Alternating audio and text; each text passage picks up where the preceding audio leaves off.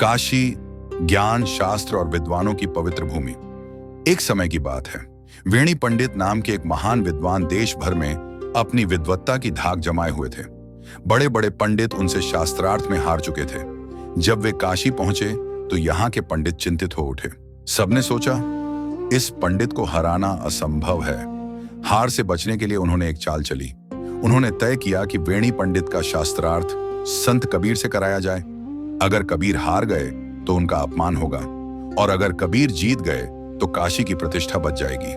कबीर जी ने यह चुनौती सहज भाव से स्वीकार कर ली, क्योंकि उनके हृदय में सत्य की ज्योति प्रज्वलित थी। शास्त्रार्थ से पहले प्रातःकाल जब वेणी पंडित शौच के लिए जंगल गए, कबीर जी ने दूर से प्रेम पूर्वक पुकारा, पंडित जी राम राम। वेणी पंडित अपवित्र अवस्था में थे, इसलिए उन्होंने कोई उत्तर नहीं दिया।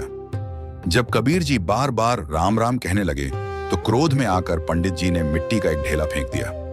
समय बीत गया, शास्त्रार्थ आरंभ हुआ।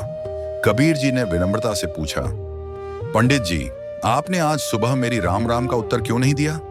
पंडित जी बोले, मैं उस समय अपवित्र अवस्था में था। कबीर जी मुस्कुराए और बोले, तो फिर आप पवित्र कैसे हुए? पंडित जी ने कहा, मिट्टी और पानी से हाथ धोकर। कबीर जी ने शांत स्वर में पूछा, मिट्टी में कीट है, पानी में भी कीट है, तो शुद्धता कहां से आई? पंडित जी बोले, हवा पानी को शुद्ध कर देती है।